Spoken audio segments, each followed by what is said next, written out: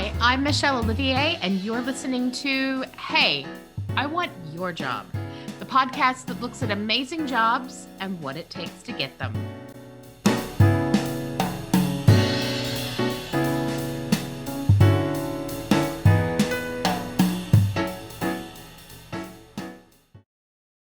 Welcome to Hey, I Want Your Job. And today I am joined by somebody who is exciting to me. He's a personal friend and an awesome human being. And I kind of have his job, but different. My dear, my darling, my Dan Roth. What is your job title? My official one or my non-official. Let's start My official and then we'll go non-official. All right, my official one is I'm a technical recruiter for Amazon. My non-official one, depending on who you ask, is a lot of things. I get paid to be a corporate trainer, a public speaker. I do basically upwards of 2 summits per month, and some would consider me one of the top recruiters out there right now on a global level. Not my words. So, I want to talk about that because it has not always been thus, obviously. No. So, quick fact time. How long have you technically been a recruiter for? 3 months. And how long have you been a job search influencer? 11 months. That sounds like you hear how that sounds out loud, right? That's remarkable. You're remarkable, but definitely a part of what you do is the secret sauce that is just Dan Roth, just showing Yeah. up and being you and just being too damn lovable for us to not all follow wherever you lead. But You're part so of full of what you've shit. done, but part of it is also like you're fucking smart at what you do. So for everybody out there who thinks they're an influencer or thinks they want to be an influencer, talk us through how this happened. Because I know, but for everybody else, before you were a recruiter and recruitment influencer, what was your last job before that? I was a global project manager for clinical trials. I worked with some of the largest pharmaceutical companies in the world. To be quite honest with you, I wasn't very good at it, but I could talk my way out of pretty much anything. So it's a really big jump. Uh-huh.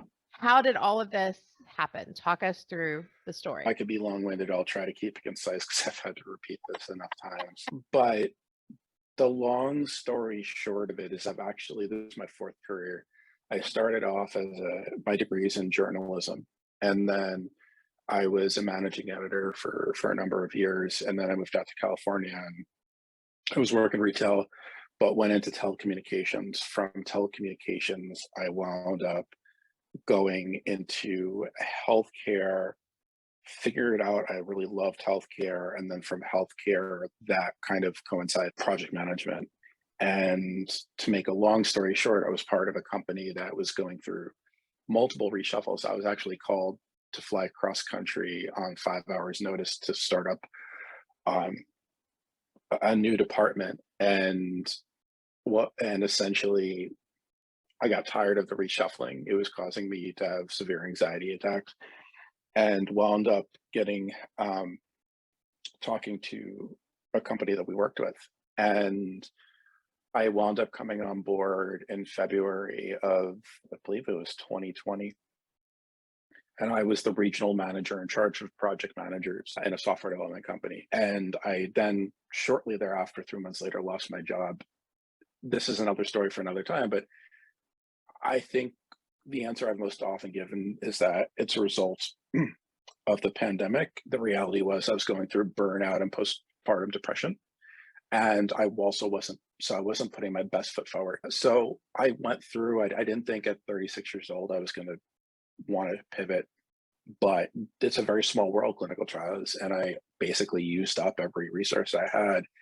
And as a last ditch effort, I went on Nextdoor. You heard me right, Nextdoor. And I said, does anybody have any leads? And one person mentioned I should go on and make myself present for job seekers on LinkedIn. And I rearranged my resume. I did all that kind of good stuff, and I said, if I'm going to do this, I'm going to be very open and honest. So I went on, I said, the first thing I did was I said, "Hi, my name's Dan. I'm neurodiverse and I own it." And I did that very scarily because I knew that that was going to prevent me from getting certain jobs where there was inherent bias. But at the same time, I was so tired of coming in with other people's expectations that I wanted to set my own expectations of myself. And in doing so, I was really able to build relationships with people very quickly. But at the same time, I was looking around and I noticed that there were plenty of people doing these connection posts, but there was nobody that was connecting job seekers to recruiters. So I said, just kind of on a lark, let me try to fill. And I created Job Connection Tuesdays. And first of all, I hate the name. I like that's something a lot of people don't know. I absolutely hate the name. I think it's like the least creative thing in the world, but it was based off of at that time, like they were doing these connection posts. I actually, believe it or not, and please, she'll probably be watching. It very much was based off of what Carolyn Christie was doing, which makes sense. Although Kind I'm of cool. catching up to her. Not I'm gonna lie. Yeah, I'm catching up to her pretty quick, so I don't think she's so happy about that. But anyways, I started doing that, and I didn't expect anything to come of it. It was like it was one of those things where either so I get to help job seekers, which is huge for me, but also at the same time, I look better for employers. I can make connections, and I realized very quickly that there were people that kept on coming. By the third week, we had 18,000 views. So I thought, okay, I'm on to something. And you called me smart. A lot of this was just kind of intuitive for me, which is something I've had to realize is kind of a skill I have because I haven't really taken ownership of that fact.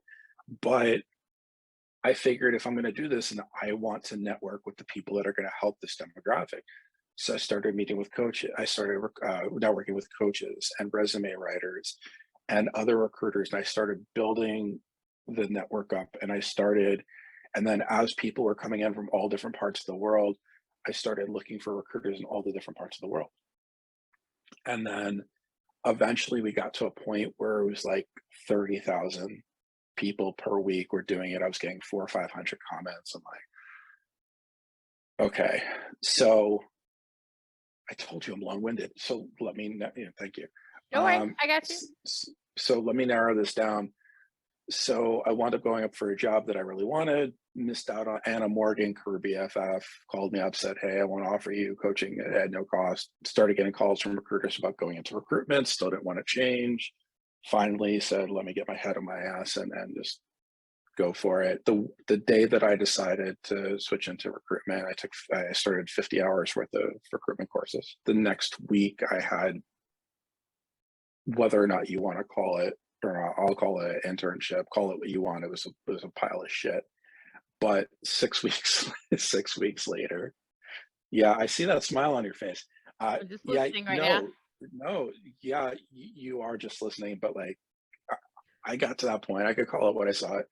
And anyway, 6 weeks later, I went on this Facebook group, Jobs for Recruit. I said, "Hey, this is what I do. This is how I've built myself. I'm looking for opportunity." And I got called from Amazon. And within 2 meetings, I had a job. So many things to unpack at within that. So one of the things that you started with was the vulnerability that you shown on LinkedIn, and you talked about being neurodiverse. But that's like that much of the vulnerability that you let out there. So let's be more clear. Here. Okay, Because we're going you down that talk road. about being a dad and the fact that fucking sucks some days. And you talk about you do a lot of work around grappling with white privilege and how that's fucking hard. That like your life is not always perfect. And yet at the same time, as people with pale skin, we have to own that however hard our life is today, one of the problems we don't have is that when we walk down the street, we walk down the street with black skin. So you do a lot of work in that and the emotional vulnerability that you experience around that. You do a lot of work around mental health. When your dad got sick and you talked on LinkedIn really openly about how you were feeling and what effect that had. And you have consistently been vulnerable, but done this really good job of sharing that in a non-cringy, super authentic way that does not become the whole narrative, if that makes sense. Like it's always done in a way that's, this is a piece of who I am, and it's an important piece right now, but also, hey, let's get some people some jobs. So if I Yeah. tried to do that, it would sound fake as fuck. Like, I couldn't be. I don't have a problem sharing those things. Like, I don't have a problem with it. But if I tried to come out and just like lay it on the table the way you do, it just wouldn't work the way it has to. What is it? I guess my first question is, was there some moment where you were like, Dan, everybody loves it when you're vulnerable. Quick, tell them about being like, share this sob story, my man. Was there any part of you that was calculating in that way, or where it was intentional? Or, and then my second question is, how do you get that balance between being authentic, being vulnerable, but not being off-puttingly so? So it's a great question. I'm going to share some things with you, and I knew that I would. So just for reference, for everyone, we were initially supposed to do this like in the beginning of January, so this kind of off the hook. But there's a lot of dynamic that goes into that. To give you some background that most people don't know, being neurodiverse played a large role in my ability to be vulnerable because growing up, I dealt with so many things on an emotional level that I wound up having to become extremely self-aware. And and the reason is because like I have something called language processing disorder, which means I know what I'm trying to say, but it doesn't, now it's cold. It doesn't always come out the way that I have it up here. So what would happen is as I was trying to get it out, some dumb shit would come out. I would start getting bullied. So I was constantly having to analyze what I was doing. And through that bullying process, I also kind of curated in my mind like I these stories and I tried to make myself into this thing where I was in my own movie.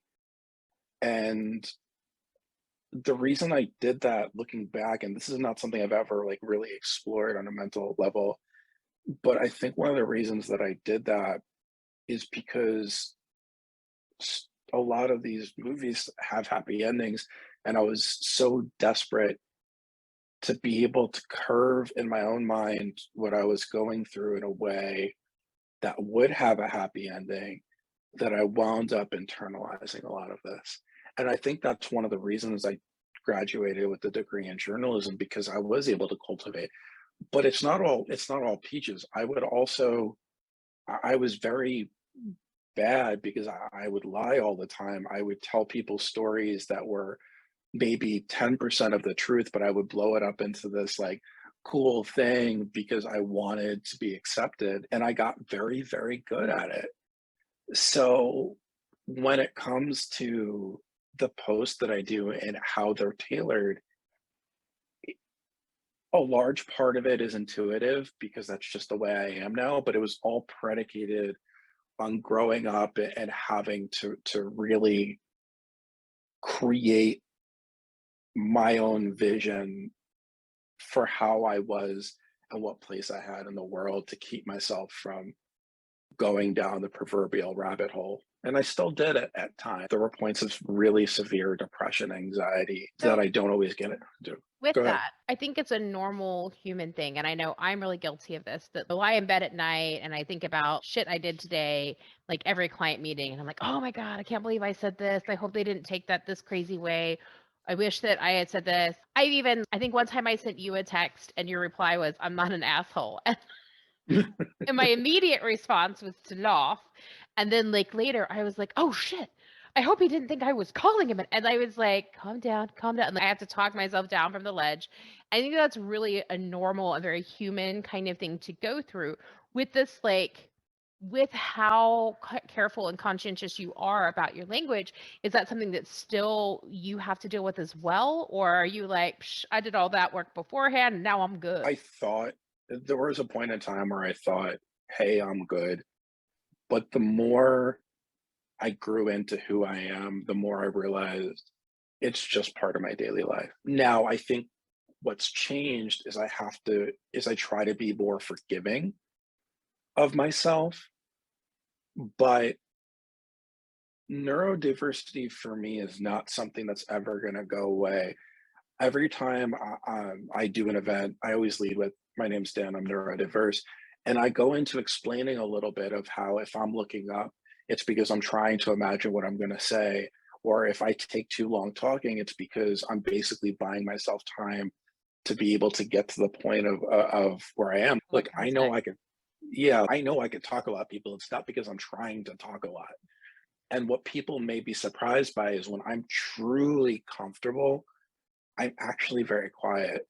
Like, my dad and I used to have this thing growing up, and it would drive my mom nuts because she doesn't shut up, and I love her to death, but she doesn't shut up, where she would come in, I would say, "I just wanna spend time with my dad," and then she'd see my dad and I watching TV in the same room, and she'd come in and she said, "I thought you wanted to spend time with your dad." I said, "Yeah, I do, but you're not talking."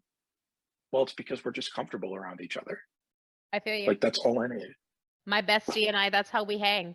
We both sit in companionable silence on the sofa, both on our phones. Sometimes we even send each other things on the phone when we are sat next like next to each other. And it's that companionable silence. Oh, there's nothing that my little introvert heart loves more than people that I can just shut the fuck up. Yeah. So I feel you on that 100%. And I love the way that you talk about that you're buying yourself time with talking and like that's a trick of the trade. I just love how completely authentic you are. I know that, so I'm dyslexic. And so when I was, and for a long time I was a trainer, and when I was training, I would always start with, "Hey, just so everybody knows, I'm dyslexic. If I misspell something, if you can't read my handwriting, just give me a shout and I will do my best to fix it. But if we can all understand what I was trying to communicate, maybe let's not get hung up on spell shaming the dyslexic chick." Yeah. And everybody would kind of laugh. But it was, I had so many people come to me and talk about how empowering that was for them, that the person in front of them, and I think of dyslexia as a no big deal neurodivergence. Does you know what I mean? Is it inconvenient? Yes. But it's not, I don't have like I don't think of my daily life as being as impacted by it. But one of the things I do think is interesting that I have seen a lot from the little bits of ways that I am vulnerable on social media, that I wonder if this is more compounded with you, is that for that there's so many people who reach out, some of them really genuinely, "Hey, you're awesome. Just wanted to say you're awesome and bye." Some people who like they want to be pain buddies for want of a better term. Like they want to have that like negative synergy of emotionality. Like you're upset about this, I'm upset about this. Let's like I'm like, that's you are not picking up what I'm putting down if you thought that's who I am. And then there's another type as well who I don't know if they are intentionally predatory or they come across that way, but they're like, "Oh, you need help, little snowflake. Let me come and help you." And then that help is tainted. Does that make sense? Like there's hidden strings or there's what have you. So, That has been my tiny piece of experience. Talk to me about those things. first of all, exactly the experience that brought up when you said it. So let's just call a spade a spade. I see you. I absolutely see you. And look, okay. I think So that's fair. So like I've known people who offer internships to people that are really just unpaid labor yeah, and just kind of taking advantage of them. And I have seen it over and over on LinkedIn. People like somebody will post something like, "Hey, I'm trying to switch into this industry. I'm really like hard up. Does anybody have a path in?" And they're like, "Oh, let me offer you an internship. It's commission only or it's an unpaid internship." And I feel to me that's that I don't know if it's intentionally predatory or if it is just like it feels it to me because I think that unpaid internships are modern slavery, but and I feel the same thing about 100% commission rules, but that's my personal view. But that part bothers me, but the other two also intrigue me. so here's the interesting part. When I first started doing all this, I think I got more of the front and the back of the examples that you gave. I don't really deal with the middle. I just won't put up with it. My thing is, so the level of exposure that I have gotten, and for those listening, I'm probably within the next hour going to be at 20,000 followers just on LinkedIn. That doesn't And count that's just, Clubhouse or any of the no, that other doesn't, platforms. no, And that and doesn't, and and that, and. So yeah, yeah, that doesn't count anything else. And I'm constantly, I'm constantly enamored with like how this has all transpired. But the only benefit to it, or let me rephrase, I get overwhelmed with the amount that I get. But one of the only benefits I see to that is I've had to get really adept at understanding who my audience is, who I want to interact with on a one-on-one basis, and how I can create boundaries, because boundary is something that we've talked about. I haven't always had the ability to do, and I'm at the point now where I do office hours every week for the group on LinkedIn that's connected with the collective, and I pick and choose one-on-ones on an as needed basis. And what that's really helped is alleviate a lot of those concerns about those people that are really trying to be predatory. Because I agree with you 1,000%. In today's society, with the cost of living, unpaid internships are slavery.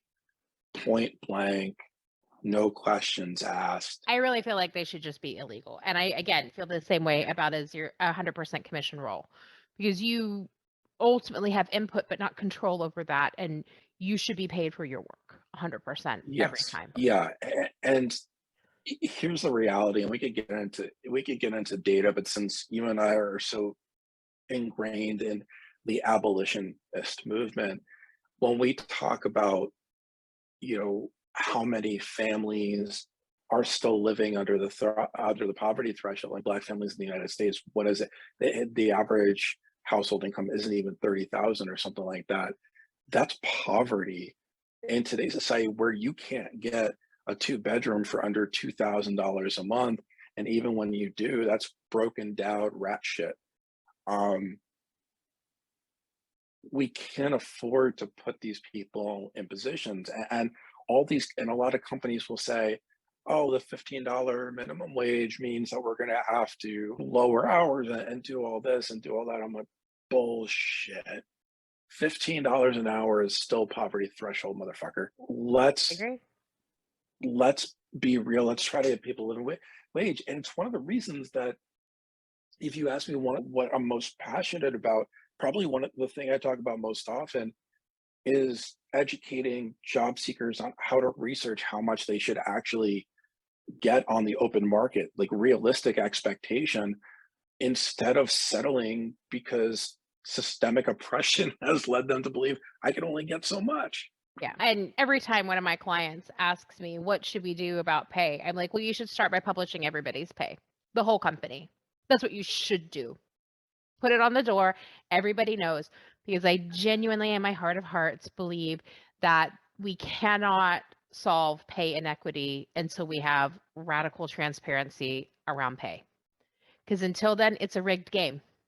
And because there's too many ways to obfuscate the reality of what your total remuneration package is, and it just drives me nuts. So you talked a lot about, like, I know, and you talked a lot here about how really protective you are of the job seekers that you work with. You work with recruiters.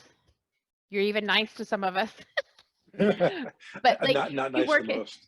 but like you work with recruiters because we're kind of a necessary evil, but like your heart is always with the job seekers. When we talk about predatory people, I am, and I think you are as well. We're in the job seeker guardian group. That's Amy Miller's group on, are you not? Listen to a link on LinkedIn, but it's exactly what it sounds like. It's the people that are there to protect job seekers from the, you need to pay me $800 to write your resume because the evil ATS bots will keep you out if you don't. That's not a thing. No matter how many times we tell people, that's not a thing. Or the career coaches who don't know what the hell they're doing, and all they do is give you platitudes and a mantra or some shit, but they don't tell you this is what it actually takes to get this job. This is the steps. You know what these crap people are like. What do you do to gatekeep against those bad players? And if somebody was going to look for those services and wasn't going through your group, like, what should they do to make sure that they don't get taken in by them? So it's interesting that you bring that up because with my platform, Job Connection Tuesdays, we're at a point now where we're well over 60,000 views every week. People will come in after 90 minutes and there will be 350 comments. And they're like, holy shit, I should have got here earlier. So it's hard to police, but I'll give you an example. 2 weeks ago, there was somebody that posted that they were looking for work. And this random person comes on and it says, hey, I may have an opportunity for you. Just send me a message. And my immediate comment was, no, that's not how it works here. Can you please clarify what the job is in relation to? Otherwise, you're gonna be removed. And she responds very nastily and it's everybody's right to choose. I said, yes, it's everybody's right to choose, but it's my fucking house and you're gonna play by my rules. I will not, under any circumstance, allow somebody to be predatory in my house. Now, it's weird for me to say in my house because everything I do is based on the idea of collaboration. But if my name is on it, it's very much my house. And I am not willing to allow those things to happen. Even this past weekend, it's not directly related, but it's still related. Somebody sent Elizabeth Leba a very nasty message that, quite frankly, was racist and called her. So my comment to her was, I said, are you okay with me reaching out to the owner of the company? Because this type of entitlement should not be tolerated. First of all, I was surprised to see how many people were surprised that a white male would take that length. But second thing was, within a day and a half, the person was let go from the company. Entitlement, predatory behavior, whatever you want to call it, it's all interlinked. It doesn't work. And my group is very much curated. Like, you're one of the admins of my group, although I obviously understand how busy you are. And I'm very, very methodical about who I choose as my admins. Just have to say, every time you point out how busy I am, it always makes me laugh. I'm like, all right, pot, look. Yeah, the kettle's black. Very much, by the way. Oh, fuck. There's the guy with an online empire, twin daughters. What is it? Yeah, I got this for Jen for work, and I borrowed it for this. I was waiting for a perfect moment, but didn't see one. And yeah, so it's very curated to make sure that none of that occurs. And one of the things that you touched upon was the amount of bad coaches and recruiters. And God, you could get me on a rant that is bigger than the Grand Canyon here, but recruiters don't like me because I'm not out. I know you do, but that's because you and I are a different breed. Like, Yeah. I'm coming from 17 months on the unemployment line. I'm not coming from some corporate C-suite. I am here to change the motherfucking narrative, not to let let us concede to the status quo, because it's the status quo that people have been maintaining for 450 years. That is the reason that we will never see the gender and racial wealth gap truly closed in our lifetimes, if ever. So if I have to be the burgeoning voice of the white male that stands up and says, fuck that, it's time to change, then that's what I do. And by the way, I'm Middle Eastern, I'm not white.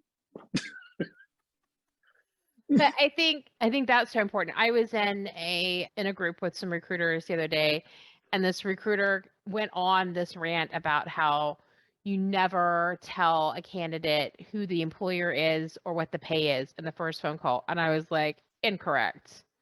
Absolutely incorrect. Dodgy. Like, I would tell every candidate ever first, like, I tell people, when you deal with a recruiter, have a 2-sentence intro that's, hey, my most recent skill set is this. I'm looking to use these skills, boom, boom, boom, and my next role. And I want that to be geographic, insert geographic location, paying roughly this. If you've got that, let's talk. As a recruiter, I'd be like, oh, well, thank fuck for that.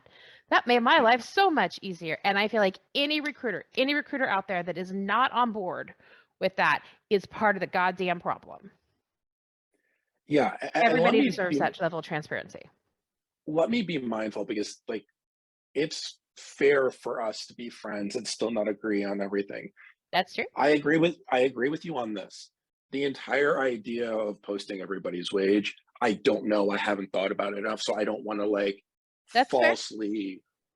falsely agree with you when I haven't taken the time to really think about it. But you're 100%, and what you're saying goes a lot to the point of what I ask people to do within my post. It's quite literally, what's your title? What's your location? What do you want to do? And when people don't give me that, I say, okay, either correct it or you're just not going to get any attention. Because to me, this goes to the entire problem with resumes. At this juncture in the recruitment process, especially for corporate recruiters, because I don't want to speak for staffing agencies and firms that like are dealing with thousands and thousands. All I really give a shit about when I look at your resume is I want to make sure that you're hitting the BQs. What is your education? What is your skill set? Those are basically the two things I'm really looking for. And then if I had to say a third, do you show data that backs up your statements? And I'll never be able to tell or confirm whether you're being accurate on that data, but if you at least know that you need to put data, then that's a step in the right direction. I think it really depends on what I'm recruiting for. So all of my employers are, bless them, little snowflakes. And so they need very particular kinds of people. Like a couple of my clients are startups, and startups they're their own thing, right? If you're the kind of person that likes to build a plane while you're flying it, startup is for you. And if you are not, you should never work for a freaking startup. And I look for indications that this person flies by the seat of their pants. Often that equates to has worked in a startup before, but it can equate to other things as well. And then some of the others are there's just a type of person that is the right type of person. And so much of what I do is about that, because I don't work for assholes. The companies that I work with are almost always happy to train for skills, but as long as it's the right kind of person, if that makes sense. That's where I look at LinkedIn, because let me be very clear. Like, I'm not saying Oh, I don't look at that, resumes. Sorry. yeah, I only look at LinkedIn. and that's the entire point, because I want to see skill level, but I also want to I'm looking at things like attention for detail. I'm looking at how you're presenting yourself. I'm looking at some of these idiosyncrasies that tell me about your soft skills, so that I know about those soft skills before we ever jump on the phone. Um, because one of the things about it is that a lot of people think, oh, you work for Amazon, you're dealing with multitude. So here's the thing about what I've done because of the point that I've gotten to. I am dealing only with our high level roles. That's basically amounts to executive recruiting. So I am looking for a very, very, very specific type of person. Yeah. And I'm curating my search exactly to that. I would say going along with that, like when I'm looking for an exec or somebody at that sort of really advanced level, like we're talking about, not only do I go to their LinkedIn, but like one of the first things I look at is their activity. I want to see, what do you comment on? What do you think about things? If all I see are likes, that tells me nothing. I totally discount anything that's just because that could be their nephew. You know what I mean? But I look for, what do you have to say about yourself, as a really good sort of first indicator. And that's when I'm setting up like the calibration list and all that kind of stuff for my searches. I will also say, I wonder, because you're in the tech spaces, so I am curious how you do this.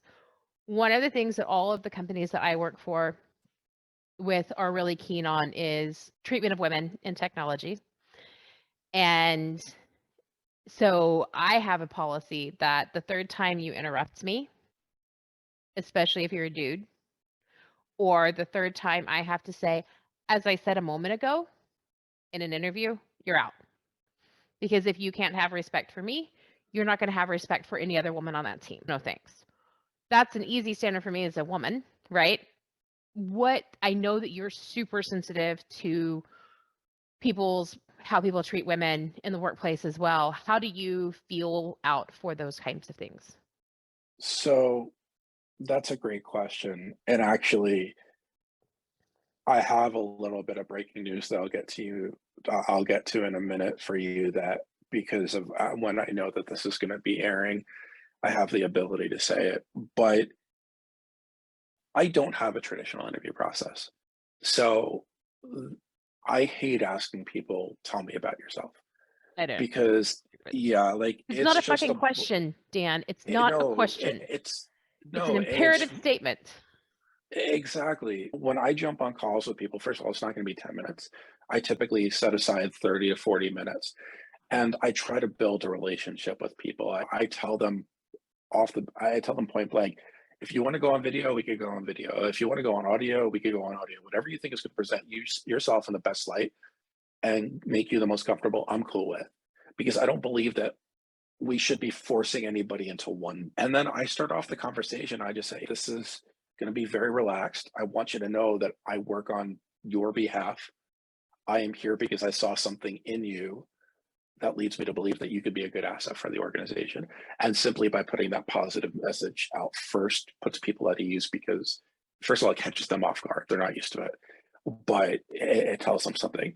Now, when it comes to more closely in line with what your question is, I watch out for it, but obviously, like, I'm not a woman. I can't count the times, but so I have to rely more on are they interrupting? Or do they have active listening skills? Directly ask questions that test their mettle in certain difficult situations or perceived difficult situations.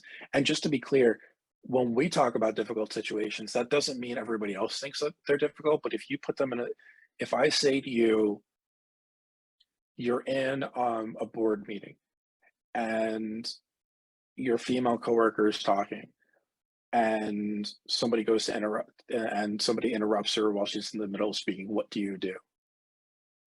If they say I ignore it, get the fuck out of here. I want to see what their thought process is. And I want to understand that. And I really, really, really don't tolerate gung ho macho bullshit. But you're such a Um, gung ho macho guy. So yeah, this shirt is comfortable. Don't I'm not I'm not Paul Bunyan. It's quite literally soft on the inside, which I love.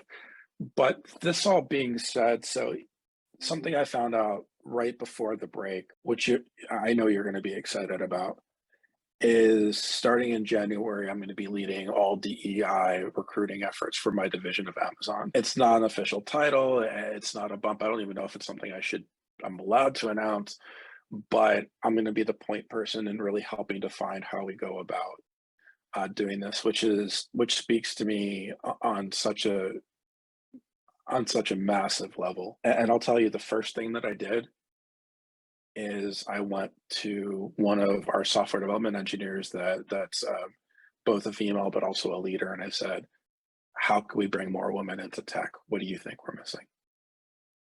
I'm not a woman. I'm sensitive, but but I'm not a woman, and even that's a microaggression. Just saying that right there. So don't do that, guys. So for as much as I want to say this is theoretically a good idea, this is theoretically going to make things work. At the end of the day, if you don't ask the people who it's affecting, you are missing the point of what we're trying to do. So that was the first thing I asked. And this person paused and like, ooh, I have some thoughts on this for you. I'm like, I want to hear them and I want to take them. And of course, there are things that I'm not going to be able to control with a large company. I'm not going to be able to have an post effect on how everybody's much. salary on the door. Yeah, like I'm not going to be able to affect your vacation time or anything like that. But what I can do is I can try to, as I'm teaching new people that are coming on board, I can tailor it to being a more inclusive environment. And you know what? I'm not stupid. Do I think that I'm going to be able to make a difference throughout all of the company? Probably not. But if I could make a difference on our team, and then as people move on to different teams, they bring that piece with them. This is how we start to move things around and create inclusivity. It's about building leaders that are unafraid to talk about what needs to be changed. This is why I got into this in the beginning. This is why I do what I do. I work 20 hours a day because when I'm looking at my twin daughters, when I'm looking at Brooklyn and Haley, if I'm not doing everything I can to make the world a better place, so when they get older, they can look at me and say, "What can I do? Can I be anything I want in this world?" I want to be able to say, "Yes, I can." But here's the most important thing that I hope people take away from this. There's a lot of talk about breaking the glass ceiling or getting off of the sticky floor. Fuck that. Let's remove the motherfucking thing. We don't. We're past the point of breaking it. It needs to be removed.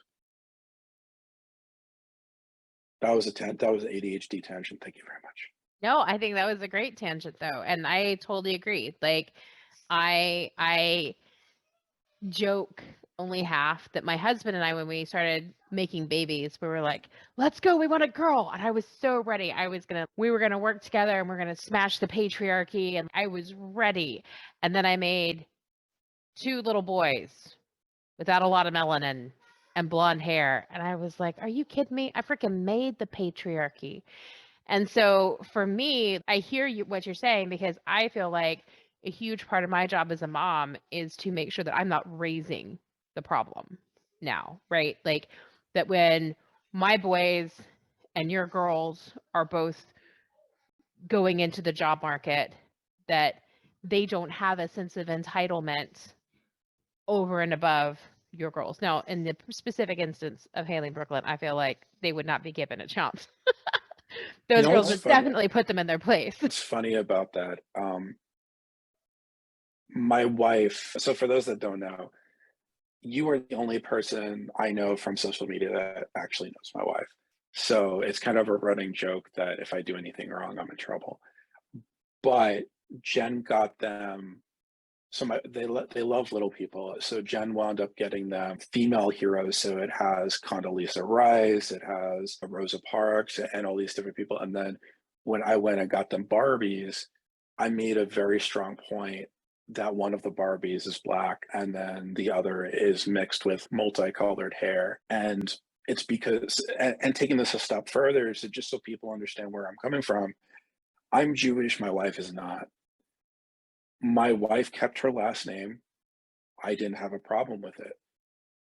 We are raising our children with knowledge of all religions, not just Catholicism, not just Judaism, because we want our kids to be brought up in it with a sense of equality so that they could stand up. And I feel like that's needed more time than ever. Now, quick non sequitur, one thing I've been meaning to come back to, but I didn't know how to broach it, is you said that you have silent time at home.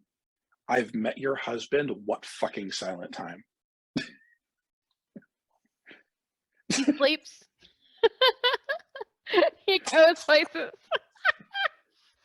I adore your husband is a great guy, but if I had to put a list of adjectives to describe him, silent or quiet is not one of the two I would say. Like, No. seriously, trying to get Giles off the phone is like when you're dating in high school. It's like, no, you get off first. No, you get off first. No, you get off first. Only you're the person that's saying, no, I want to get the fuck off. Stop talking.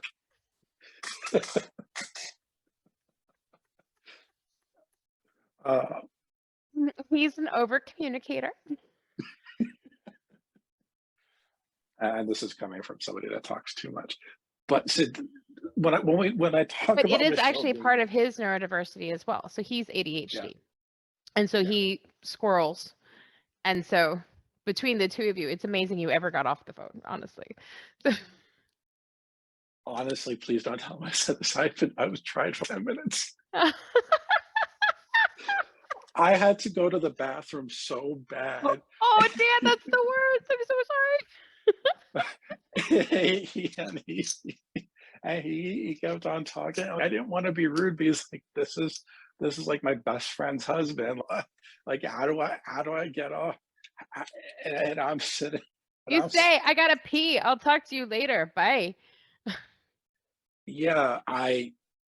And granted, Giles is also one of the smartest guys I've ever met. But yeah, I got to be honest. So this conversation, even for what it was, didn't even dive in as deep as I expected us to go. I have stories on deck for you that I haven't told anybody that I was ready to bust out. Well, we have a few minutes left, so give me one of those stories. Okay. So most people know my story from unemployment to now. What most people don't know is I grew up very entitled. My father was very, very poor growing up, but because of that, once he got into banking, he wanted my brother and I to have everything he did. And as such, I grew up in a household where we basically had everything that we wanted. And then being neurodiverse and being so focused, I really wasn't paying attention. I didn't have a large social awareness. My parents, when I was 24, decided they wanted to retire to Florida. And I knew at that time that I was not socially where I needed to be. I made a decision to move to San Diego. I had a part-time retail job and nothing else. I had somebody that I was supposed to stay with. She wound up kicking me out after a week because unbeknownst to me, she actually had a crush on me and I had met Jen like my first day here. So when I moved out here, I had no I was so used to being entitled that and having everybody else do everything for me that I knew I needed to mature, but what I didn't realize at the time was how far I would fall. I grew up in entitled and I wound up in a place where I was scraping by the skin of my teeth, having to survive on ramen because I didn't have, if I didn't, I wouldn't have enough money to pay rent. And for 6 to 7 years, I'll never say that I gave up white privilege because you can't give up white privilege. But what I will say is I had a very opposite experience. And I learned what it was like to live in that manner. And it was one of the most humbling but necessary times of my life. And quite frankly, I don't know why Jen stayed with me because she was there that entire time. I wound up moving in with her a I feel week like in into the us dirty dating. joke version of this is when he licks his eyebrow. Um,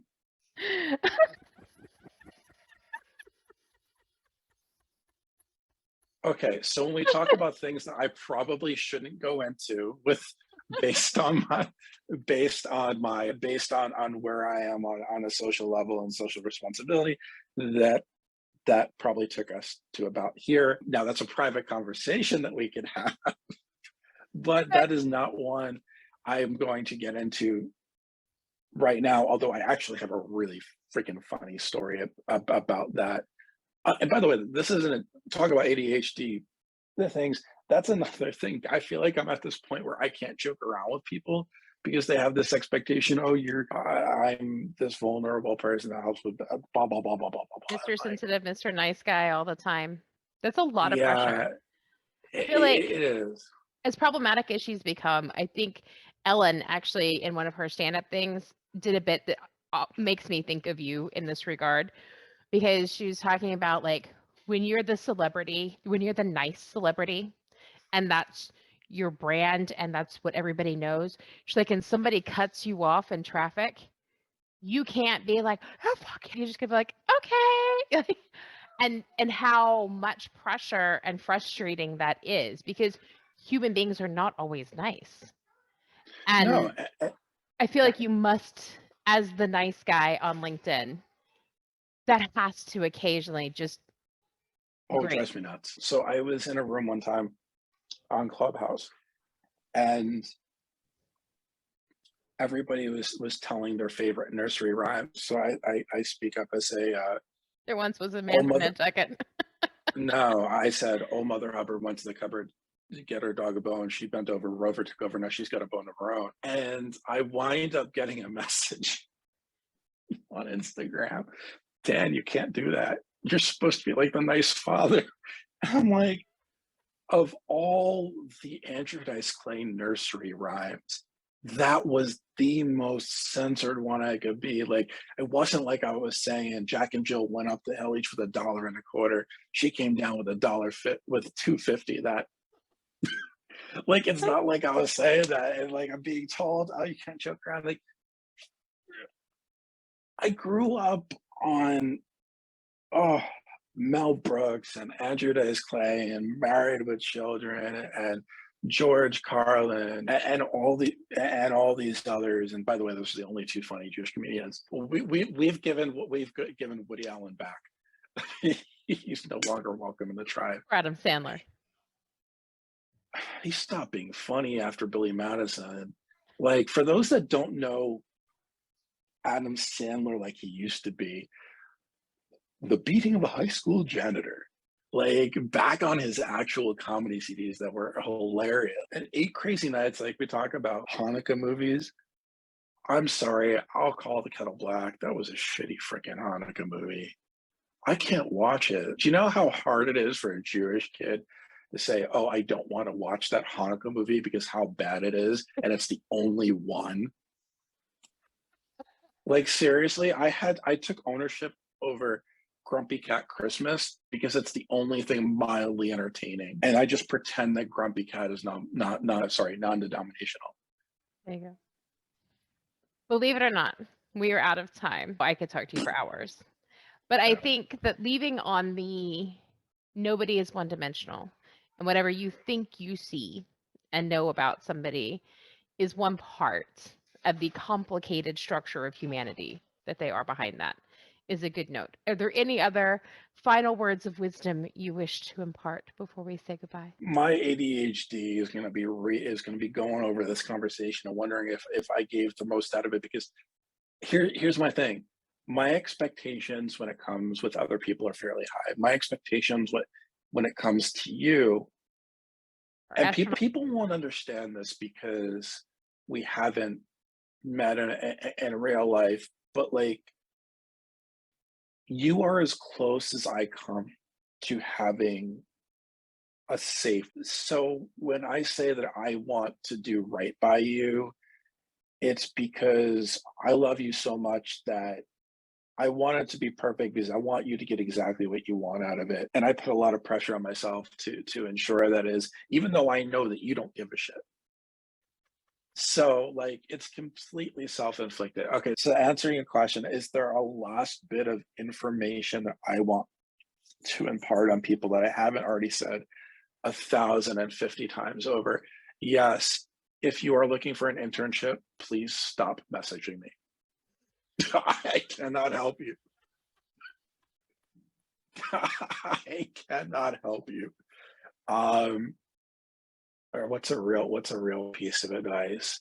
Oh, if you are lactose intolerant, do not drink wine on the same day you choose to have ice cream or eat White Castle. Either way, there needs to be like a 10-day cooling off period before you're allowed around me. Okay, fair enough. Yes, and never be in a room with Giles after he has Mexican food and No Way Out. Fair. After he has Mexican food, or after you have Mexican food and No Way Out? After, I don't know why I'm into teasing Giles today, but let's go with him. That's fine. He needs it. Thank you so much. I appreciate it. Thank you, Dan. You've been listening to Hey, I Want Your Job. For more information on how you can get your own awesome job, visit ONH Consulting at www.onhconsulting.com. We offer incredible resumes, no-nonsense career advice, and real-world tips for landing a job in today's market. Check us out on LinkedIn, Twitter, Facebook, and Insta for more insider information. Soon, you'll be hearing us say, I'm Michelle Olivier, and hey, I want your job.